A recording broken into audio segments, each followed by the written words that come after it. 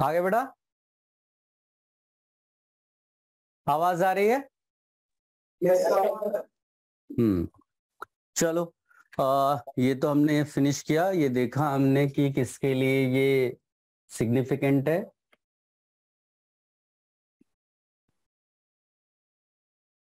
चलिए नोट लिखिएगा बेटा, सिग्निफिकेंस ऑफ अनसर्टेनिटी प्रिंसिपल।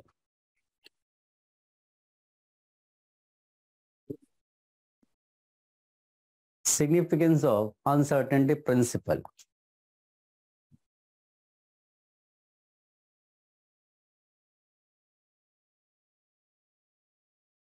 लिखिएगा, it rules out the existence of it rules out the existence of definite paths. Yeah, it rules out the existence of definite path or trajectory. It rules out the existence of definite path or trajectory of electron and other similar particles.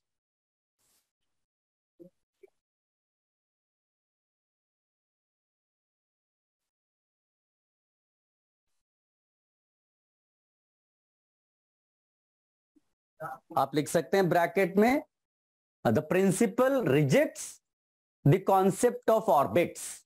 जो Bohr साहब की orbit वाला concept था उसको reject कर रहे थे ये। This principle rejects the concept of orbits. आगे लिखिएगा, in Bohr's model we assume that electron follows a definite path. Electron follows a definite path. Bracket में लिख देना orbit where position and velocity are known exactly. But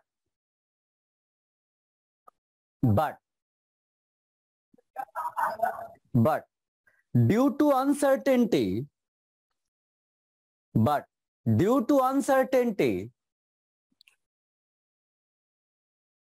this concept must be replaced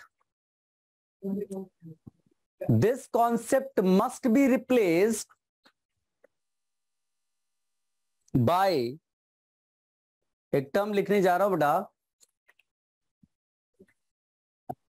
by probability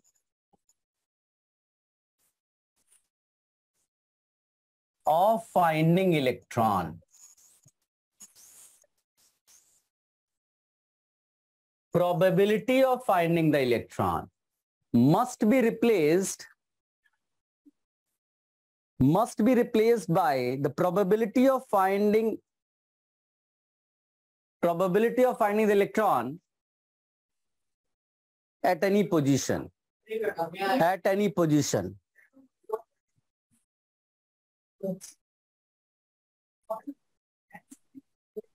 Probability of finding the electron at any position.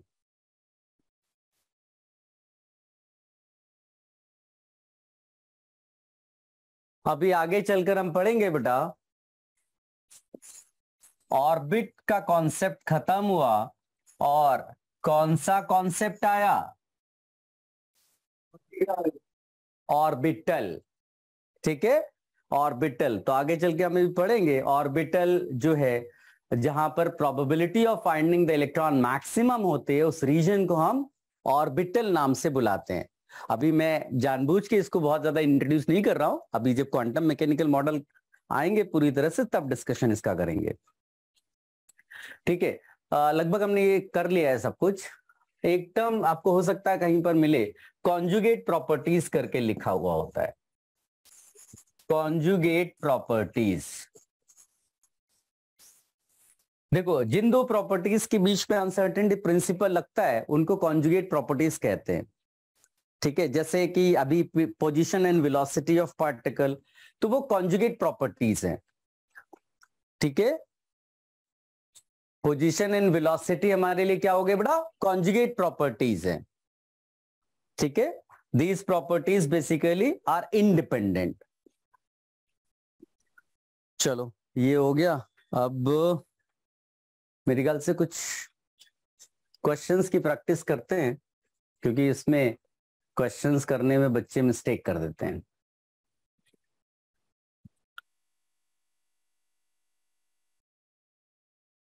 सामने question देखो बेटा। Question क्या कहता है, the mass of a particle is 10⁻⁻10 gram and its radius is 2 into 10⁻⁻4 centimeter.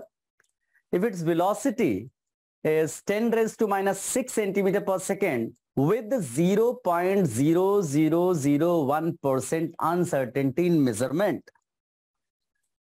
then uncertainty in position। तो ये तो बहुत ही आसान सा क्वेश्चन हो गया है ना, क्योंकि अगर वेलोसिटी दी है 10⁻⁻6 सेंटीमीटर पर सेकेंड और परसेंटेज मेजरमेंट जो एरर दी हुई है वो 0.0001 दी हुई है, तो ये हो जाएगा 0.0001/100। ठीक है, तो ये 10⁻², और इसमें बिकॉज सेंटीमीटर दिया हुआ था इसमें 10⁻² और डाल दो, तो ये हो जाएगा 10⁻⁻14 मीटर पर सेकेंड, है ना। और अनसर्टेनिटी तुम्हें पोजीशन में निकालनी है, तो ये हो जाएगा डेल्टा एक्स डेल्टा वी।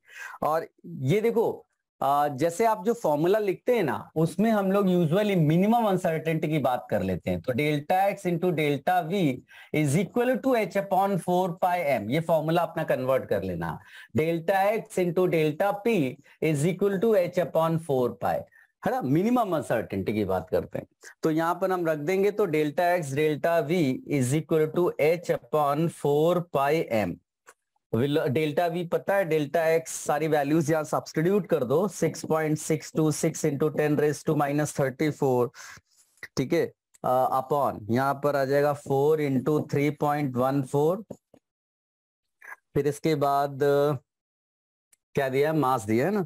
हाँ, तो ये हो जाएगा 10⁻⁻, और किस में दिया है, ग्राम में दिया है ना, तो ये हो जाएगा केजी। ये रख दिया, और कुछ छूट रहा है, 4π हो गया, मास हो गया, और ये 10⁻14। इसको सॉल्व करोगे तो ये वैल्यू मेरे पास दी है 5.2 इंटू 10⁻8 मीटर। ठीक है, तो ये आपका मैच कर रहा है मेरे ख्याल से। देख लो कुछ छूट तो नहीं रहा है। एक इस टाइप के क्वेश्चंस तुम्हें मिलेंगे जिसमें आपको सब कुछ लगभग पता ही रहता है, कैलकुलेशन केवल करना और कुछ नहीं।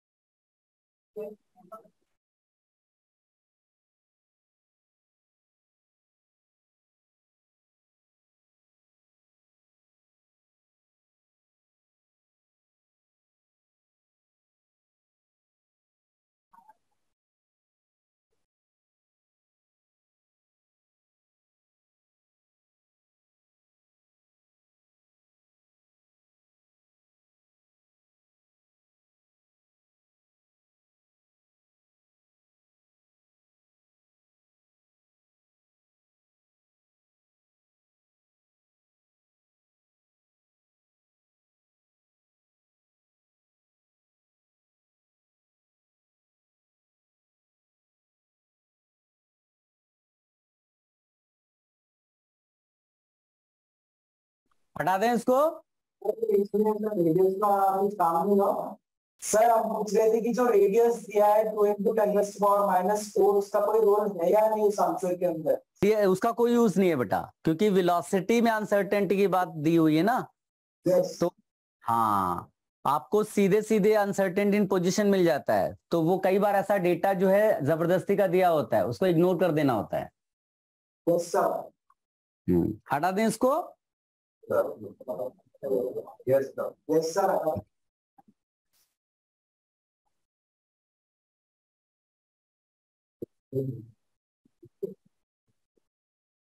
चलो अब इसको देखो, क्वेश्चन को पढ़ो। सब इसी तरह के क्वेश्चंस रहते हैं, बस एक बार इसलिए मैं जानबूझकर आपको प्रैक्टिस करा रहा हूं। क्वेश्चंस बहुत आसान रहते हैं, लेकिन पहली बार आते हैं तो फिर हम फंस जाते हैं। क्या कहता है? If an electron is travelling at 200 metre per second within 1 metre per second uncertainty. अब देखो इसमें उसने डेल्टा वी की वैल्यू सीधे सीधे 1 दे दी, कुछ और नहीं करना है आपको। डेल्टा वी की वैल्यू कितनी दे दी है बेटा? 1। और पूछा क्या है? Delta x. सारा डेटा आपके पास है, सीधे सीधे आपको सब्स्टिट्यूट कर देना है, आंसर आ जाएगा। तो यहां पर पोजीशन में अनसर्टेनिटी निकालनी है। Delta x is equal to हो जाएगा h/4 पाई m डेल्टा v। ठीक है, और h की value 6.626 into 10⁻⁻34, 4 into 3.14, 9.1 into 10⁻⁻31, delta v 1 दिया है। इसको सॉल्व करते हैं तो ये आंसर आता है 58 इंटू 10⁻⁶ मीटर। तो अब माइक्रोमीटर में पूछ रहा है तो सीधे 58 बच रहा है। कॉपी कर लो बेटा।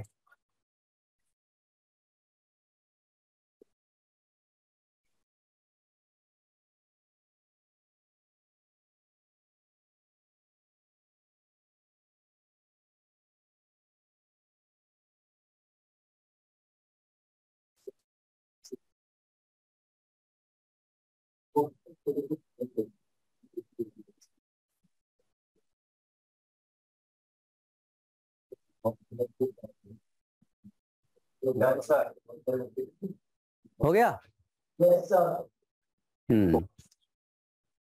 चलो आगे वाला क्वेश्चन देखो।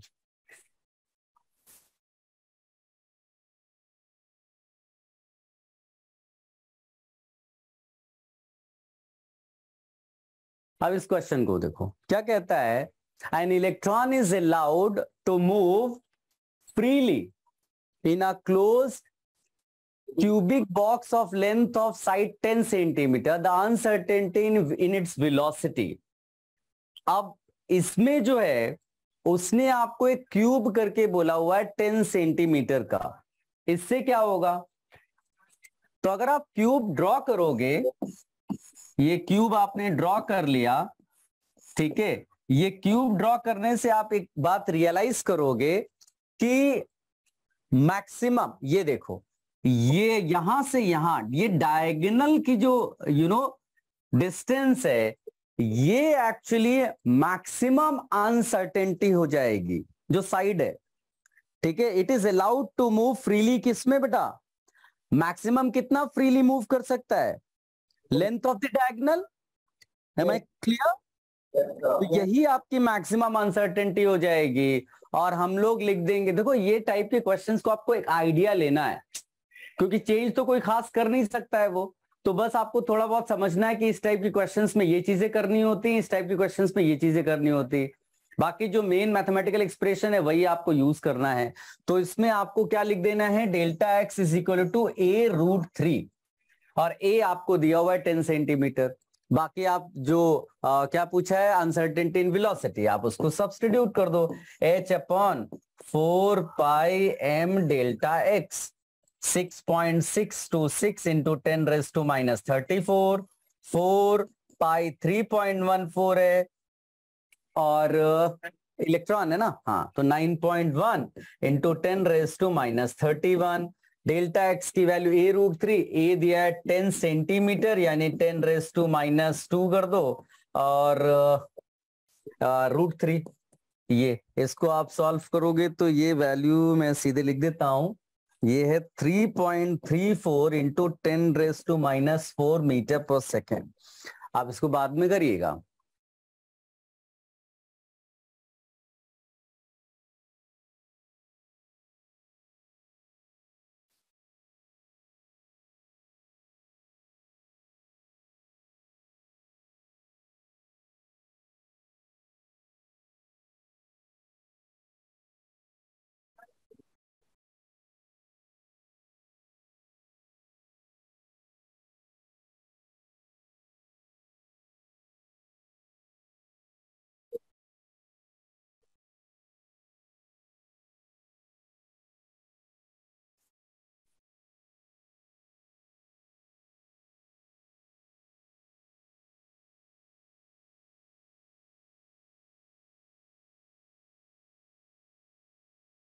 क्वेश्चन कॉपी कर लिया बेटा?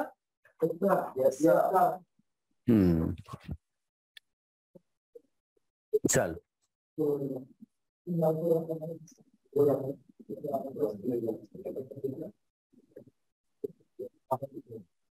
गाइस, तो हम लोगों ने अपने सिलेबस के हिसाब से जो हाइजेनबर्ग्स अनसर्टेनिटी प्रिंसिपल है उसका पूरा डिस्कशन कर लिया सिलेबस के हिसाब से। इसके अलावा जो है कुछ और भी अनसर्टेनिटी हैं जो हमने अभी पोजीशन, मोमेंटम इन सब में देखा। उसके अलावा अगर आप लिखना चाहोगे, मतलब इसको अवॉइड भी कर सकते हो, स्किप भी कर सकते हो, ये मेरे ख्याल से पूछने का चांस कम ही है। एक delta E into delta T करके लिखा हुआ तुम्हें कहीं कहीं मिल सकता है। Delta E into delta T greater than और इक्वल टू h/4 एक ये है। ये जो अनसर्टेनिटी है वो uncertainty in measurement of energy है। क्वांटम की बात करते हैं उसके लाइफ टाइम की, तो ये जो डेल्टा टी दिखा है यहां पर इसको कहते हैं uncertainty in measurement of life time. What do we say? Uncertainty in measurement of life time. और डेल्टा ई क्या है? Uncertainty in measurement of energy. ठीक है, अगर पार्टिकल्स के पॉइंट ऑफ व्यू से भी सोचेंगे तो वैसे ही बोल देंगे। डेल्टा ई को क्या बोलेंगे बेटा? Uncertainty in measurement of energy of particle. And delta T क्या बोल देंगे बेटा? Uncertainty in measurement of life time. इसके अलावा भी जैसे आपने अभी लीनियर मोमेंटम और पोजीशन की बात की है ना, उसी तरह से एंगुलर मोमेंटम और जो एंगुलर पोजीशन है उसके लिए अनसर्टेनिटी प्रिंसिपल आप लिख सकते हो। तो इस तरह से कुछ और हैं, बट ये आते नहीं है एग्जाम्स में, इसलिए मैं इसको अवॉइड कर रहा था। कॉपी कर लिया बेटा इसको? Yes sir. चलो अब आते हैं जिसके लिए हमने सारी कहानी कही, क्वांटम मैकेनिकल मॉडल। लिखिएगा बेटा, क्वांटम मैकेनिकल मॉडल। सारी कहानी इसी के लिए हो रही थी। देखो आप इसको ऐसा समझो कि towards the end of 19th century जो एक्सपेरिमेंटल एविडेंसेस थे उन्होंने शो किया कि जो क्लासिकल मैकेनिक्स है वो स्मॉल पार्टिकल्स पे अप्लाई नहीं हो सकती है ना। हाइजेनबर्ग हो गए और डी ब्रॉगली हो गए, इन लोगों ने क्लियर किया कि जो माइक्रोस्कोपिक पार्टिकल्स हैं उनमें ये एप्लीकेबल नहीं है। जो क्लासिकल मैकेनिक्स थी, अगर मैं थोड़ा सा डिवाइड करने की कोशिश करूं कि एक क्लासिकल मैकेनिक्स की बात करते हैं, क्लासिकल फिजिक्स की बात करते हैं, और एक क्वांटम मैकेनिक्स की बात करते हैं। ठीक है, क्वांटम मैकेनिक्स की बात करते हैं। देखो मैं आपको पहले ही क्लियर कर दूं, ध्यान से चीजों को देखना बेटा, आसान नहीं है क्वांटम मैकेनिक्स समझना। ठीक है, और हमारे लिए समझाना भी आसान नहीं। ट्राई करते हैं कि आप इसको विजुलाइज कर पाओ। बट यही प्रॉब्लम है कि हम विजुअलाइजेशन जो है ना सबसे टफ पार्ट है, विजुअलाइज करना। ठीक है, कि जैसे इसकी ही बात करें क्लासिकल मैकेनिक्स, तो क्लासिकल मैकेनिक्स जो है वो न्यूटन्स लॉस पर बेस्ड है। ठीक है, इसका बेसिस क्या है? Newton's loss. तो ये न्यूटन्स लॉस की कैसे एप्लीकेबल कैसे हैं? जैसे कोई स्टोन गिर रहा हो, है ना, या प्लैनेट जो ऑर्बिट करते हैं उनके लिए एप्लीकेबल है, तो क्लासिकल मैकेनिक्स यहां पर एप्लीकेबल है। क्वांटम मैकेनिक्स कहां पर एप्लीकेबल है? क्वांटम मैकेनिक्स एप्लीकेबल है जहां पर जो है आप माइक्रोस्कोपिक जो पार्टिकल्स की बात करेंगे, तो जो माइक्रोस्कोपिक पार्टिकल्स हैं, बिकॉज वो जब मूव करते हैं तो हम उसको वेव कैरेक्टर में उसको ले लेते हैं, तो इसीलिए विजुलाइज करना थोड़ा सा डिफिकल्ट है। तो आप ऐसा समझो कि जैसे मान लीजिए कि आप अपने आप को ही इमेजिन करो कि आप जो है किसी ग्राउंड का चक्कर लगा रहे हो, है ना, और आप एक ही टाइम पर यहां भी हो, यहां भी हो, यहां भी हो, यहां भी हो। क्या आप पार्टिकल कैरेक्टर में वो चीज सोच सकते हो? नहीं। आप यहां हो तो वहां कैसे हो सकते हो? मेरी बात समझ में आई? थोड़ा अभी भी कंफ्यूजन चालू हुआ होगा, तो ये कंफ्यूजन चलने वाला है। तो जो पार्टिकल नेचर है, पार्टिकल नेचर, उसमें आप एग्जैक्टली बताते हो कि यहां पर वो चीज है। जबकि हम क्वांटम मैकेनिक्स में जब जाते हैं तो हम बात करते हैं प्रोबेबिलिटी के टर्म्स में, कि यहां पर होने की प्रोबेबिलिटी सबसे ज्यादा है। समझ रहे हो मेरी बात बेटा? ये तो एक नोट से शुरू करते हैं, इसको लिखिएगा बेटा।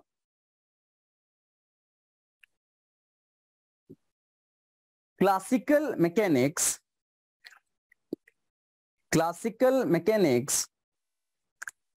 predicts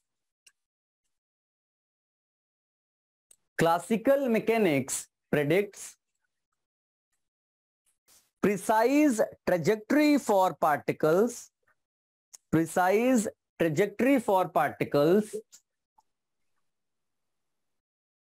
Classical mechanics predicts a precise trajectory for particles with specified locations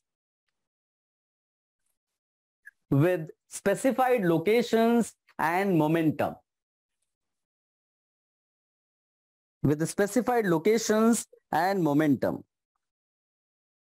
आगे लिखिएगा, it is based on Newton's laws of motion.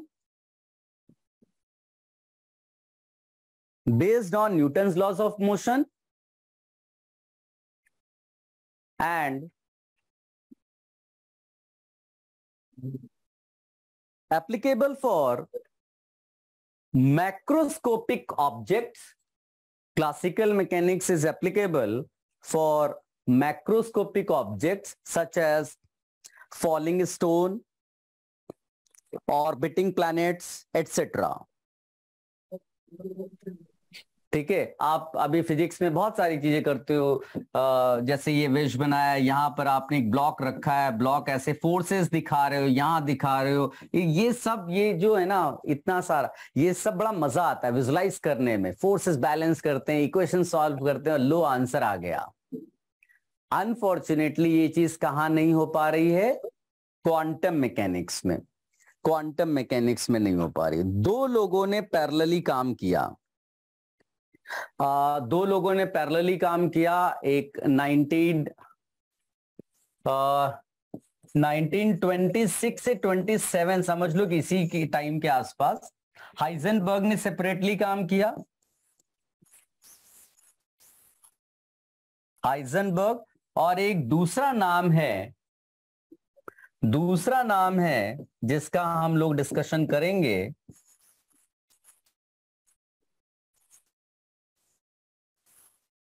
Schrodinger. दो लोगों ने सेपरेटली काम किया क्वांटम मैकेनिक्स को डेवलप करने के लिए। एक अपने हाइजेनबर्ग, उसका डिस्कशन हम थोड़ा पहले कर चुके हैं, जिसमें प्रोबेबिलिटी वाला कॉन्सेप्ट आया, और दूसरा श्रोडिंगर। ठीक है। अब श्रोडिंगर साहब ने क्या किया, वेव कैरेक्टर कंसीडर करते हुए क्वांटम मैकेनिक्स डेवलप की, वेव कैरेक्टर ऑफ इलेक्ट्रॉन। ठीक है, और अगर वेव कैरेक्टर है, अगर वेव कैरेक्टर है, धीरे धीरे चल रहे हैं बेटा हम लोग, और आपको धीरे धीरे जाएंगे और समझ में भी आएगी चीजें, ऐसा नहीं है, लेकिन अगर एक साथ सब कुछ लिख देंगे तो फिर कुछ भी समझ में नहीं आएगा। तो श्रोडिंगर साहब ने क्या किया कि वेव कैरेक्टर कंसीडर किया इलेक्ट्रॉन का, और उसके अकॉर्डिंगली क्वांटम मैकेनिक्स डेवलप किया। अच्छा, वेव कैरेक्टर का मतलब यहां पर आपके पास वेव इक्वेशन भी होनी चाहिए। Am I clear? Wave equation होनी चाहिए, वेव इक्वेशन होनी चाहिए। अब आप मैथ्स रिकॉल करो, इक्वेशन कहते किसको हैं? इक्वेशन किसको कहते हैं? इक्वेशन आप y इज इक्वल टू, मान लीजिए लिखा हुआ है 5x, ये भी इक्वेशन है, एम आई करेक्ट?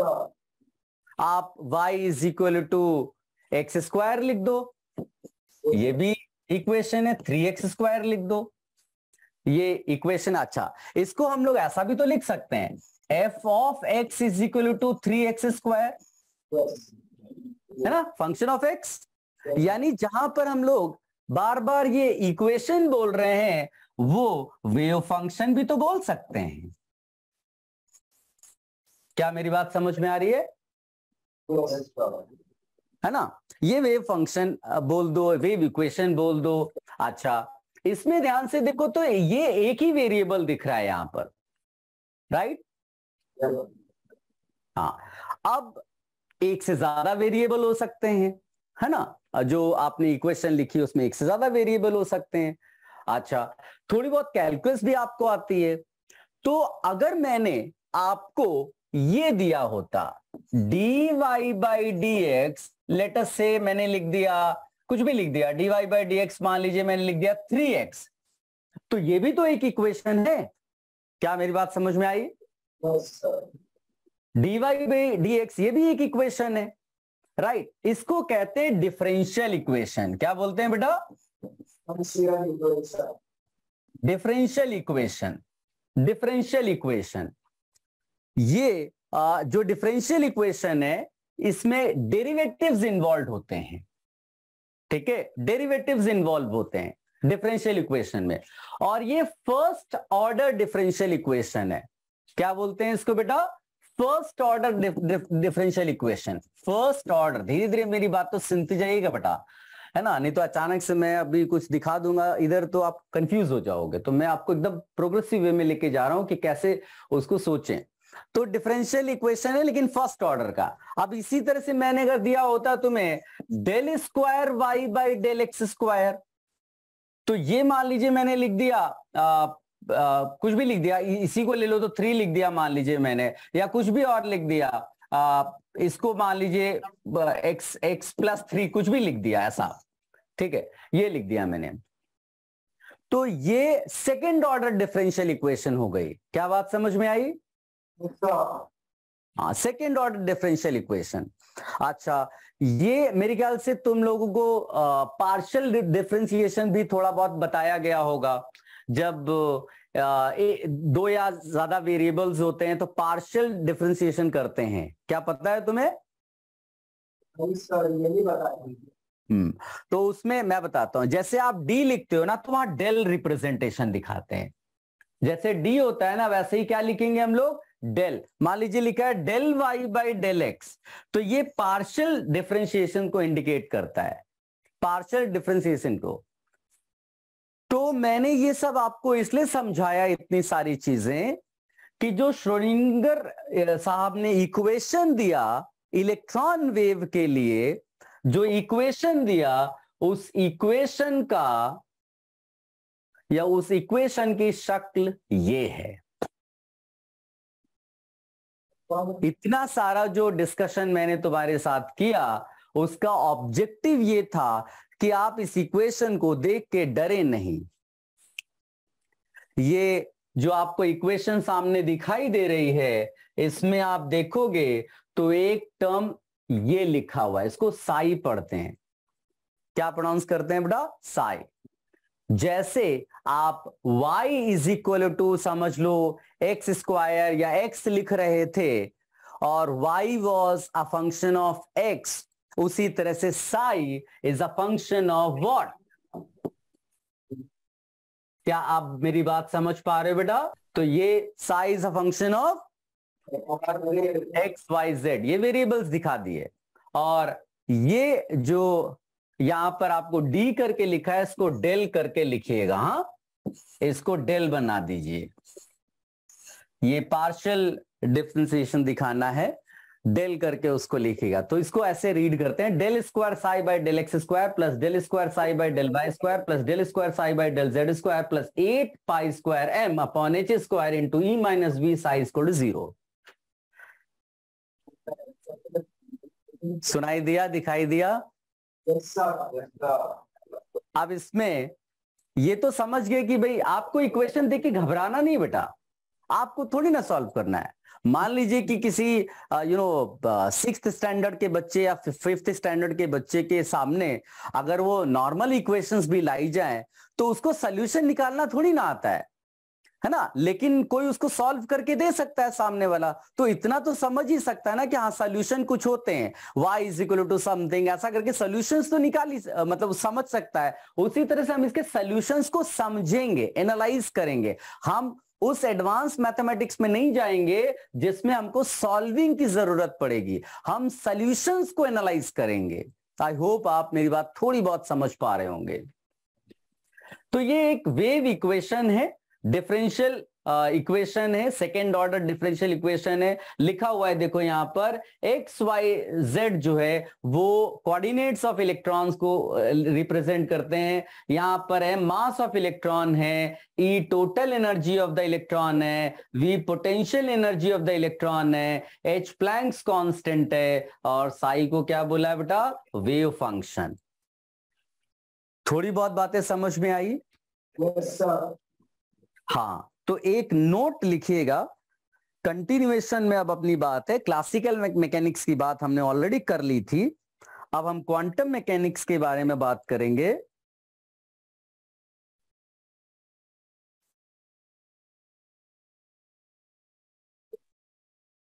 यहां पर लिखिएगा quantum mechanics is applicable for microscopic particles. Quantum mechanics is applicable for microscopic particles. Quantum mechanics is applicable for microscopic particles. ये कॉपी करना नहीं, मैं बोलूंगा उसके बाद, इसमें जितना मैं बोलूं उतना ही कॉपी करना है, उससे ज्यादा नहीं, नहीं तो फिर बाद में परेशानी हो जाएगी। आगे लिखिएगा Heisenberg and Schrodinger. Heisenberg and Schrodinger, Schrodinger कई बार बोलते हैं, श्रोडिंगर कई बार बोल देते हैं। Heisenberg and Schrodinger developed quantum mechanics independently. Independently लिख लिया। इन 1926 Schrödinger gave a wave equation for electron. In 1926 Schrödinger gave a wave equation for electron. नीचे लिखो what is wave equation? What is wave equation?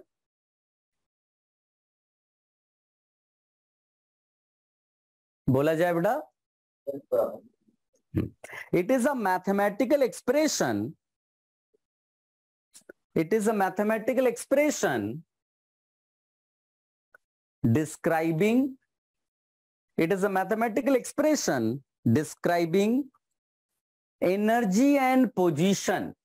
It is a mathematical expression describing energy and position of electron in space and time. Space and time. Taking into account the matter wave nature,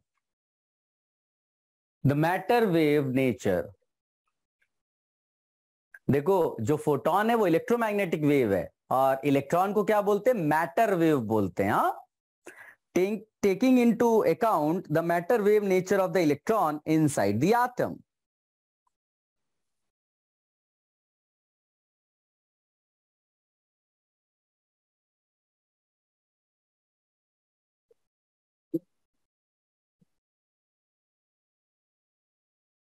ठीक है, अब आप इसको copy कर लो बेटा, इस equation को copy कर लो।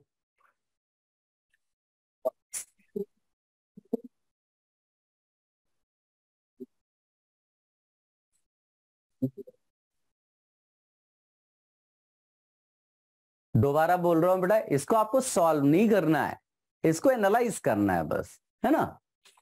और मैं ये सब चीज इसीलिए आपको दे रहा हूं कि कहीं लिखी हुई मिल गई तो आप घबरा नहीं जाए उसको। तो मैं आपके साथ अभी हूं, तो मैं धीरे धीरे आपको चीज समझा दूंगा।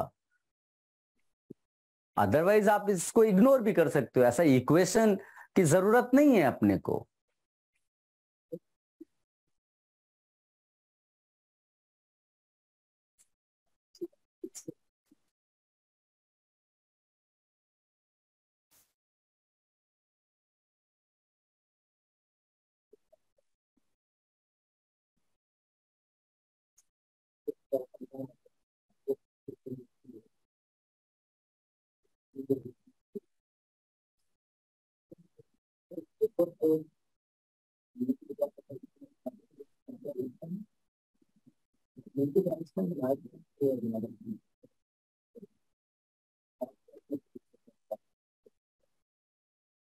लिख लिया बेटा?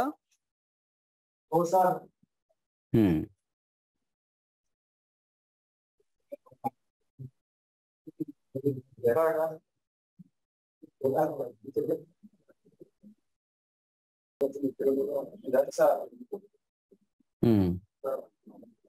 एक नोट लिखिएगा बेटा, क्वांटम मैकेनिकल मॉडल। इसके बाद एक नोट लिखिएगा, quantum mechanical model describes quantum mechanical model describes quantum mechanical model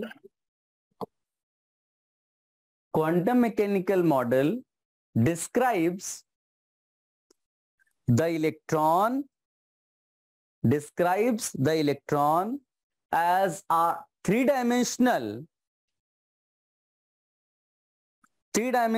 wave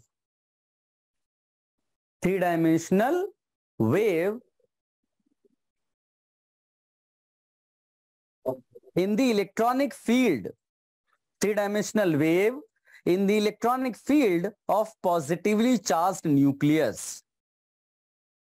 Positively charged nucleus.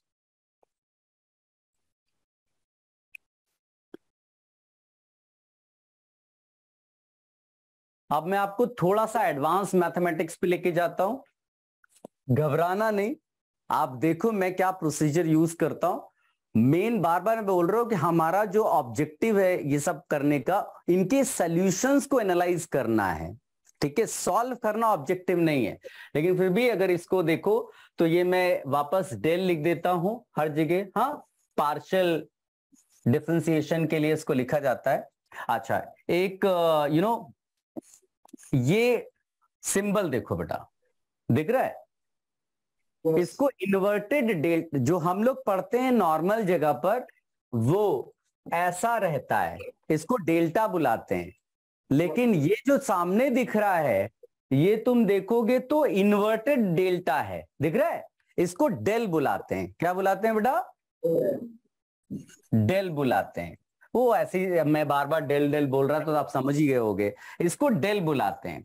अच्छा, तो ये जो डेल है वो होता क्या है? तो डेल होता है, ध्यान से सुनना मैं क्या कह रहा हूं, del square by del x square plus del square by del y square plus del square by del z square.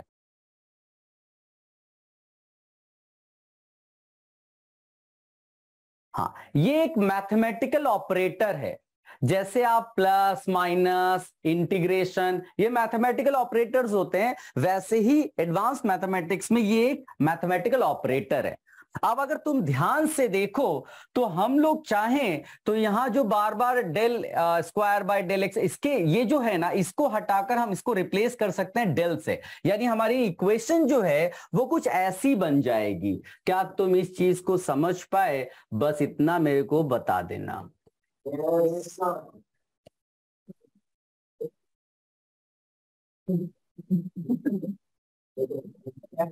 देखो मेरे ख्याल से तुम लोग इस चीज को समझ गए होगे जो मैंने सामने लिख दिया है ना। मैथमेटिकल ऑपरेटर मैंने यूज किया यहां पर डेल, ठीक है। अब इसमें इसको थोड़ा सा हम लोग इसको ऐसा लिखते हैं, del square psi plus 8 pi square M by H square और into E is equal to 8 pi square M upon H square into V psi. ये भी समझ में आ रहा है? बस लेफ्ट राइट किया है उसमें, और कुछ नहीं किया। इसको उस साइड भेजा, उसको इस साइड रखा। Is this clear? अब यहां से अगर हम लोग निकालना चाहें,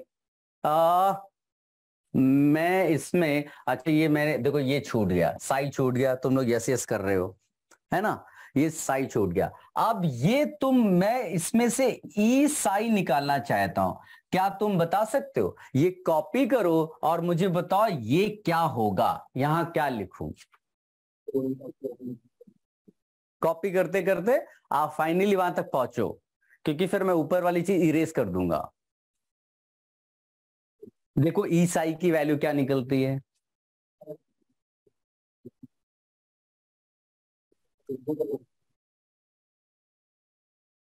जो डेल स्क्वायर साई है उसको दूसरी तरफ ले जाओ और ई साई के साथ जो 8 pi square M upon H square है उसको डिवाइड कर दो।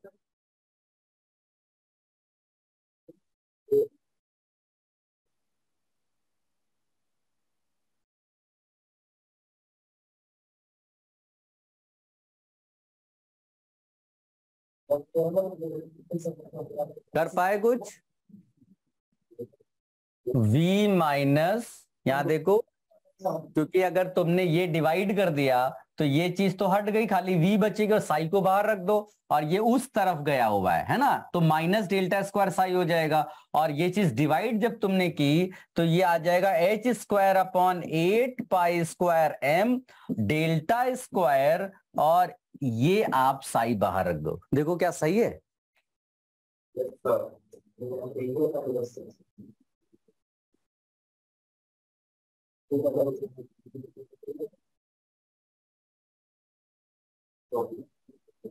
सही है।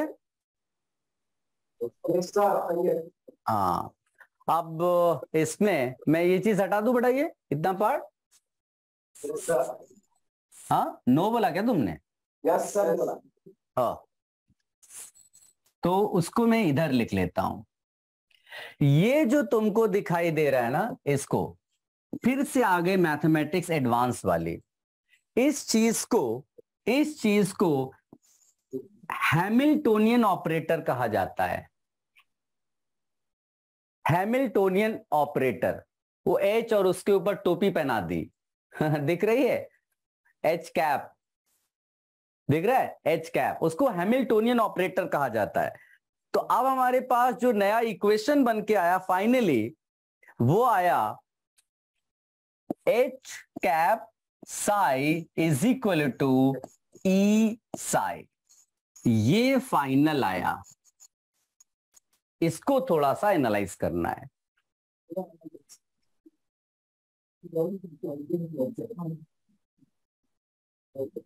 ये किस चीज की इक्वेशन है बेटा? ये इलेक्ट्रॉन वेव इक्वेशन है, समझ रहे हो ना? ये इलेक्ट्रॉन वेव इक्वेशन है, और इस पूरे उसमें ये जो E है ये एनर्जी इंडिकेट करता है इलेक्ट्रॉन की, याद रखना। E जो है वो एनर्जी ऑफ इलेक्ट्रॉन को इंडिकेट करता है।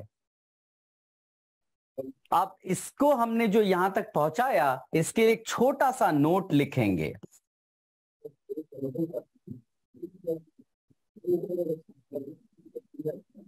थोड़ा सा टफ पार्ट है बट लेकिन मैंने जानबूझकर आपको ये पढ़ाया सो दैट जब आप, ऐसा नहीं होना चाहिए कि रट्टा मार लिया आपने, आगे क्या पढ़ा रहे हैं कुछ आइडिया लग नहीं रहा है और बस थोड़ी थोड़ी चीजें रट ली हैं, इससे फिर एडवांस नहीं होगा, मेन हो जाएगा।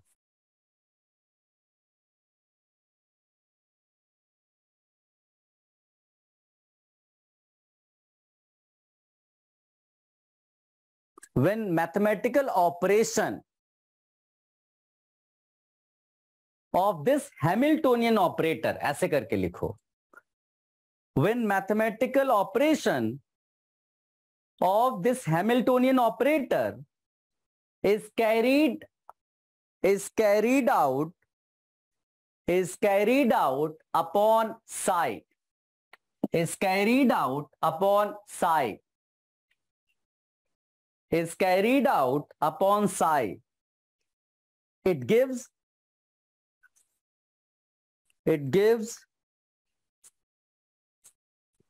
energy value, energy value of electron.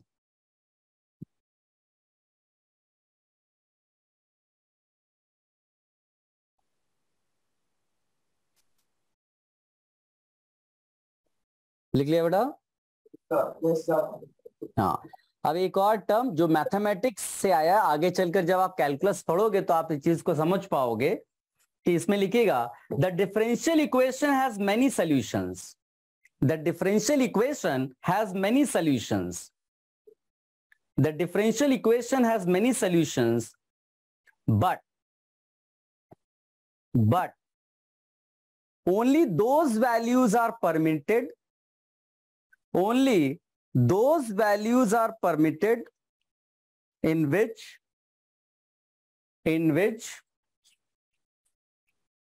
Number 1 जो फंक्शन है वो कंटिन्यूअस होना चाहिए। मैंने बोला ना बेटा, आप जब थोड़ा सा और मैथमेटिक्स पढ़ोगे तो आपको ये चीज समझ में आएगी जो मैं अभी लिखा रहा हूं, लेकिन लिख लेते हैं, बाद में तुम इसको पढ़ लेना। साइज कंटिन्यूअस और फिर लिखना साइज फाइनाइट।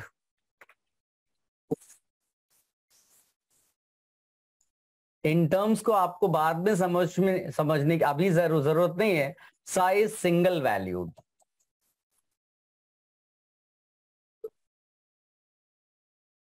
ठीक है।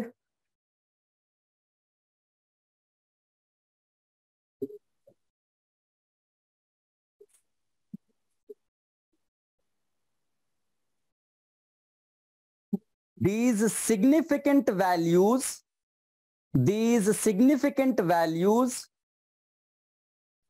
are known as, एक टर्म देखो मैं और डाल रहा हूं, आइगन वैल्यूज, EIGEN। घबराना नहीं है, बस मैं इतना कहना चाहता हूं। आइगन वैल्यूज, या फिर इसको आइगन फंक्शन कहते हैं, आइगन फंक्शन कहते हैं। EIGEN बेटा, EIGEN लिख लिया, या फिर आइगन फंक्शन कहते हैं। अब ये जो इतना सारा तुम लिखा है, अब इसको 2 सेकंड के लिए भूल जाओ, ठीक है। अब मेरी बात ध्यान से सुनो। जैसे बोर्ड्स थियरी में, अब मेरी बात प्लीज ध्यान से सुनो बेटा, जैसे बोर्ड्स थियरी में तुम लोगों ने एक टर्म लिखा था क्वांटाइज्ड, याद आ रहा है? उन्होंने बोला था भले ही वो क्लासिकल मैकेनिक्स है ना, हाँ, भले ही हम क्वांटम मैकेनिक्स में आ गए, बट जो टर्म्स हैं वो काफी वो मैच करते हुए तुम्हें मिलेंगे। उन्होंने एक टर्म लिया था क्वांटाइज्ड, याद आ रहा है? Quantized energy states.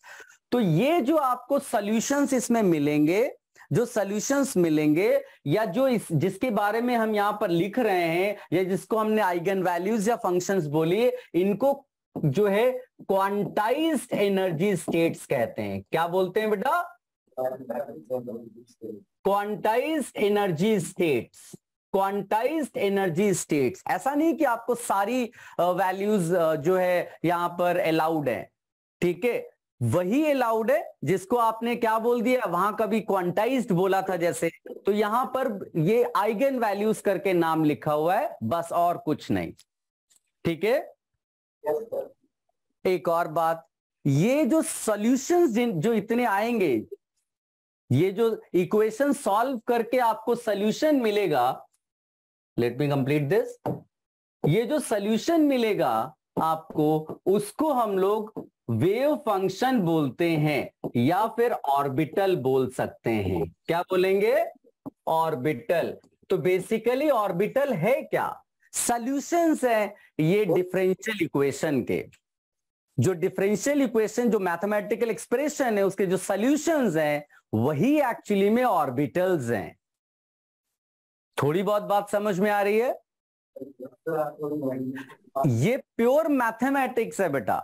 जो आप बोर्ड थियरी में पढ़ रहे थे वो विजुलाइज कर पा रहे थे। यहां विजुलाइजेशन थोड़ा सा डिफिकल्ट, लेकिन मैथमेटिकली सोचो कि आपको एक इक्वेशन दी हुई है और इक्वेशंस के सॉल्यूशंस आ गए हैं, उन सॉल्यूशंस को ऑर्बिटल्स नाम बोल दिया गया, वेव फंक्शंस बोल दिया गया।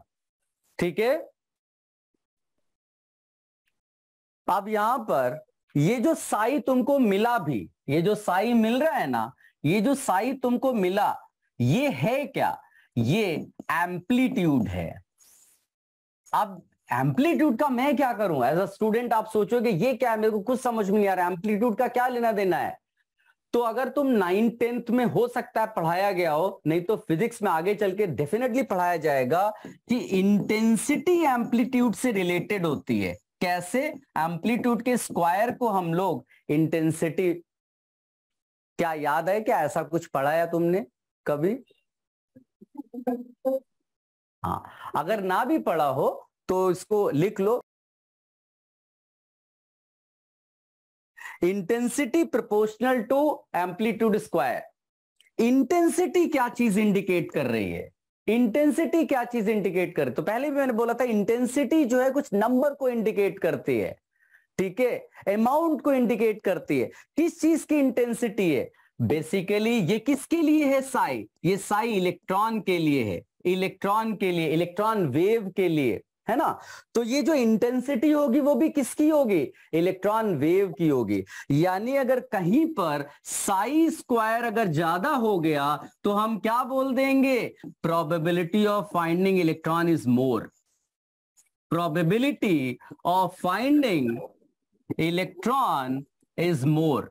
probability of finding electron is more। Sai की कोई फिजिकल सिग्निफिकेंस नहीं है बेटा, साफ साफ लिखना, Sai does not have any physical significance but Sai square has.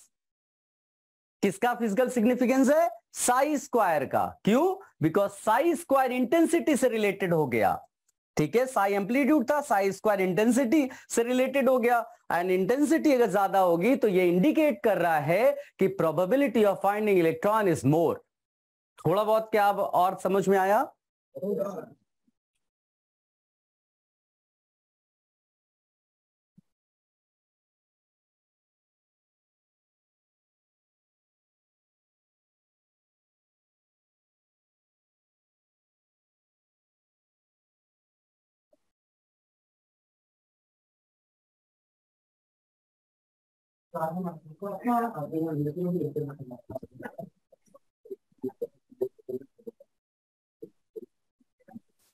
ये लिख लो बेटा और फिर हम लोग इसको कंटिन्यू करेंगे।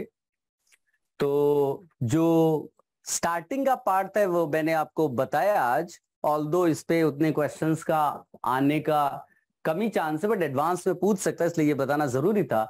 नेक्स्ट लेक्चर में जो होगा वो वाला पार्ट होगा जो एग्जैक्टली एग्जाम्स में आता है। उसको कुछ लोग रट के भी चले जाते हैं, लेकिन हमने सब कुछ सीक्वेंस में किया है, तो डेफिनेटली आप जब पूरा पढ़ लोगे तो चीजों को रिलेट कर पाओगे। ठीक है, चलो अभी आप रेस्ट करो।